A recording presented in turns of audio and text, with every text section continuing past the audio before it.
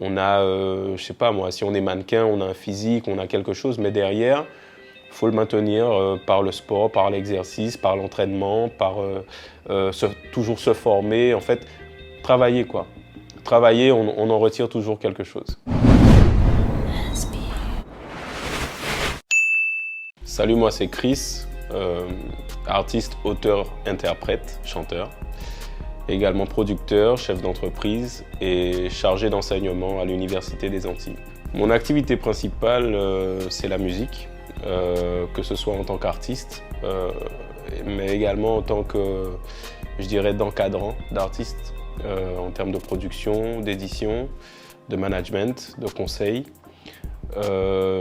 J'aime aussi beaucoup l'économie, c'est la raison pour laquelle je me suis lancé dans un doctorat et ce qui me permet d'intervenir en tant que chargé d'enseignement à l'université. Enfant, j'ai grandi à Pointe-à-Pitre, Loricisque plus précisément, dans une famille, je dirais, standard. Je pense que ma particularité, c'était d'être vraiment passionné de musique depuis mon adolescence. Et cette passion me suit jusqu'à aujourd'hui. Je suis devenu entrepreneur de la même façon que je suis devenu chanteur, par intérêt, par passion. Je ne me suis pas posé de questions. En fait, tout d'abord, la musique est arrivée dans ma vie alors que j'étais étudiant. Quand je dis que c'est arrivé dans ma vie, c'est-à-dire que j'ai commencé une carrière, je dirais, d'artiste professionnel alors que j'étais encore étudiant. Je sortais des albums et je faisais des concerts. Et quand j'ai terminé mes études de management, c'est tout naturellement que j'ai monté mon entreprise dans la production musicale. Notamment pour accompagner des talents que je connaissais en Guadeloupe. Les difficultés, il y en a eu quelques-unes hein, quand même. Je pense que dans tous les parcours où on essaie de créer quelque chose, on a toujours un petit peu des aléas, de l'adversité. En ce qui me concerne, je pense que ce qui m'a beaucoup marqué, c'est que j'ai fait des études de management, donc dans une école de commerce. Donc j'avais une base de connaissances en gestion.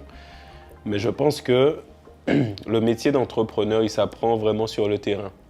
En fait, rien ne prépare vraiment à l'entrepreneuriat à part se lancer. Voilà. Et donc, il y a beaucoup de difficultés quand on est un jeune entrepreneur, que ce soit au niveau des démarches administratives, la lenteur, quelquefois l'incompréhension face à certaines administrations, certaines démarches qu'on ne comprend pas toujours et on a l'impression d'être retardé dans ce qu'on veut faire. Du mal à faire rentrer des fois les premiers euros, parce que souvent on se lance dans une activité parce qu'on est passionné, parce que ça nous intéresse, mais de là à ce que ça devienne rentable, ça c'est autre chose. Des difficultés aussi dans le management humain, parce que c'est pas donné à tout le monde de gérer des employés. En fait, c'est pas quelque chose qui s'improvise. En fait, on forme une équipe autour de soi, autour de son projet, mais lorsqu'on doit assumer le rôle de responsable, le rôle de patron, et qu'on a à côté de soi soit des amis, soit des gens qui ont commencé en tant que bénévoles mais après qui deviennent votre employé, quand vous vous structurez, le rapport change, qu'on le veuille ou pas, parce qu'on a des responsabilités, on a des besoins pour faire évoluer la société et on doit prendre des décisions, on doit trancher. Quelquefois les intérêts peuvent être divergents et c'est quelque chose qu'il faut gérer. Donc ça, c'est une difficulté, je pense que beaucoup d'entrepreneurs rencontrent quand ils débutent et j'ai pas échappé à la règle. Depuis de nombreuses années maintenant, je suis très préoccupé par le fait qu'aux Antilles, on ait énormément de talents dans la musique et que ces talents soient confrontés à un manque de structure. Un manque de moyens, pas que des moyens financiers, hein, mais des moyens de se renseigner, de se former, d'être accompagnés dans leur professionnalisation. Et aujourd'hui, c'est clairement mon cheval de bataille, c'est ma mission, c'est de contribuer à structurer, à professionnaliser l'industrie de la musique aux Antilles. et de façon plus large l'industrie culturelle. Au-delà de la cible, vu que la mission que je me propose d'accomplir, c'est celle d'accompagner une filière, je dirais que les personnes avec qui je dois cheminer, ce sont mes collègues artistes et aussi toutes les personnes qui ont envie d'accompagner les artistes, parce que je pense que c'est là qu'on a le principal besoin. Les gens qui veulent être managers d'artistes, les gens qui veulent être producteurs, qui veulent être éditeurs, je veux les aider à se professionnaliser parce que de par mon parcours, je pratique ces métiers depuis plus d'une dizaine d'années maintenant. Et j'ai pu travailler, que ce soit au niveau local, national, international, dans la production, dans l'édition, le management d'artistes. Et vu le potentiel artistique qu'on a ici en Guadeloupe, on a besoin de personnes pour accompagner justement les talents. Et voilà, c'est à ces personnes que je m'adresse. Pour cette masterclass, j'ai choisi de vous parler de la prise de parole en public. Comment prendre la parole en public et captiver son audience. J'ai choisi cette thématique parce qu'elle est très générale, qu'elle peut aider plein de gens, pas que les chanteurs. C'est une thématique que je connais puisque j'ai eu à me produire sur scène de nombreuses fois, à être face à une foule et devoir gérer le stress que ça représente, réussir à créer un lien avec mon audience. Je l'ai fait aussi en tant qu'étudiant quand je faisais ma soutenance ou encore ou en tant que conférencier, je dirais, puisque de par mon parcours, j'ai répondu à des demandes de partager avec quelquefois des étudiants, quelquefois même des cadres d'entreprise sur l'adaptabilité dans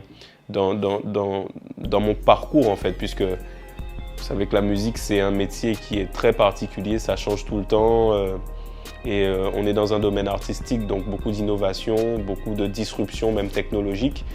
Et par rapport à l'expérience de plus de 10 ans maintenant que j'ai en tant que producteur, il m'a été demandé de faire des interventions et je pense que la prise de parole en public, on en a tous besoin au final lorsqu'on veut défendre un projet, lorsqu'on veut avancer dans peu importe le domaine. Et donc j'ai choisi de partager sur ce sujet aujourd'hui pour Inspire. Entreprendre dans le domaine de la musique comme dans tous les domaines, c'est du travail. C'est du travail en fait. Le principal conseil que je donnerais, c'est de bosser, de ne pas s'arrêter sur des postures. Parce que notamment dans mon métier, on a souvent l'impression que c'est facile pour les artistes.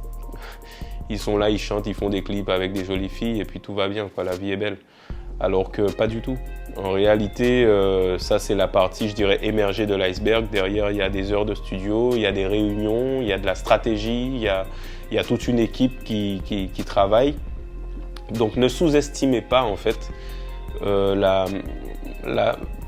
l'importance, la somme, la quantité de travail qu'il faut mettre en œuvre pour réussir dans votre domaine.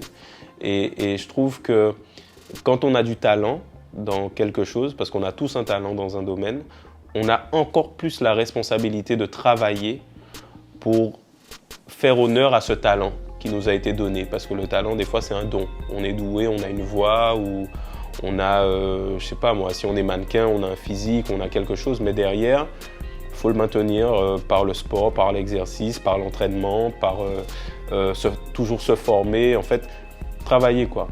Travailler, on en retire toujours quelque chose. Alors dans cette masterclass, on va parler de la prise de parole en public. Comment captiver son audience. Dans un premier chapitre, on va aborder la préparation parce que, comme toute performance, elle sera toujours meilleure si on est bien préparé. Dans le deuxième chapitre, on verra ensemble comment ça se passe quand on est face à notre audience. Quels sont les outils qu'on peut mettre en place pour optimiser notre prise de parole face au public. Et dans un troisième temps, on va étudier l'art de conclure. Je suis heureux de partager cette masterclass parce qu'elle peut servir à beaucoup d'entre vous. On est tous dans le besoin à un moment donné de prendre la parole en public, qu'on soit étudiant, qu'on soit employé dans une entreprise, qu'on soit un jeune chef d'entreprise ou moins jeune qui va défendre son projet auprès d'une institution ou auprès d'une banque. Donc la prise de parole, c'est vraiment un élément qui peut être vecteur d'angoisse, de stress, d'appréhension. Mais pour autant, il existe des outils pour réussir sa prise de parole en public. Et c'est la raison pour laquelle je suis heureux de partager cela avec vous, parce que ça servira à un maximum de personnes.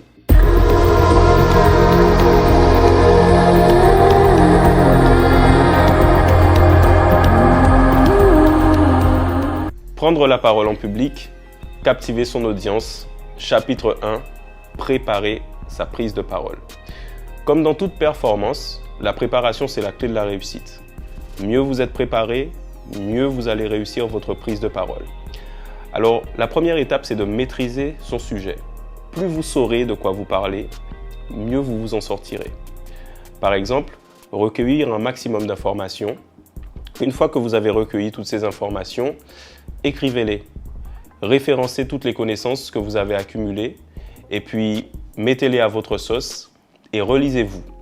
S'il le faut, réactualisez l'ensemble des connaissances. S'il y a un sujet sur lequel vous vous êtes renseigné il y a 6 mois, et que vous avez une conférence demain, n'hésitez pas à refaire une petite recherche pour actualiser vos connaissances, voir s'il n'y a pas quelque chose qui est sorti entre-temps pour que vous soyez vraiment au fait de ce dont vous allez parler. Mieux vous connaîtrez votre sujet, mieux votre intervention sera réussie et plus vous aurez confiance en vous lorsque vous vous présenterez devant l'audience. Alors je me souviens d'une demande qui m'avait été faite par Orange Caraïbes de venir parler devant les cadres d'Orange, de la Guadeloupe, de la Martinique et de la Guyane qui se réunissaient dans leur conférence annuelle, venir leur parler de mon expérience d'entrepreneur et notamment le point important que je devais traiter, c'est celui de l'adaptabilité. Parce que, étant entrepreneur dans le milieu de la musique, on a vu une disruption de l'industrie musicale avec la numérisation. On est passé du CD au téléchargement sur iTunes. Et puis tout de suite, il y a le streaming qui a suivi pour devenir aujourd'hui la norme de la consommation de musique. Et en fait, cette adaptabilité que j'ai pu pratiquer dans mon entreprise intéressait Orange. Alors vous vous rendez compte, moi, jeune entrepreneur, j'ai à peine 30 ans, je dois m'exprimer devant des cadres d'Orange. Donc quelque part, ça met la pression, même si je devais parler d'un sujet qui me concernait au premier plan, donc que j'étais censé connaître. Je me suis préparé. En plus de mon expérience personnelle que j'ai écrite pour dire, tiens, j'ai eu à m'adapter dans mon entreprise à telle occasion, justement parce que quand j'ai commencé à travailler dans la numérisation de la musique, la norme c'était iTunes. iTunes, fallait télécharger les sons, on l'avait sur l'ordi ou sur le téléphone et on écoutait son son après. 2 ans après, il y a le streaming qui est arrivé. Maintenant, on n'a plus le fait de posséder des sons sur son ordi ou sur son téléphone, on écoute directement en ligne. Vous voyez, ce changement dans l'industrie, ça nous a obligés, nous, producteurs de musique, à ajuster nos stratégies de commercialisation, de communication, d'être plus axés sur le numérique. Il fallait gérer l'émergence des réseaux sociaux, des choses qu'on n'avait pas à faire avant, par exemple préparer les pages Facebook des artistes ou leur Instagram, avoir une stratégie de réseau, etc. Donc tout ça parlait d'adaptabilité. Et bien justement, le fait de me poser et d'écrire toutes ces choses, ça m'a permis de structurer mes idées. J'ai lu également sur le sujet, j'ai fait un petit peu de recherche en ligne pour calibrer, je dirais, mon intervention.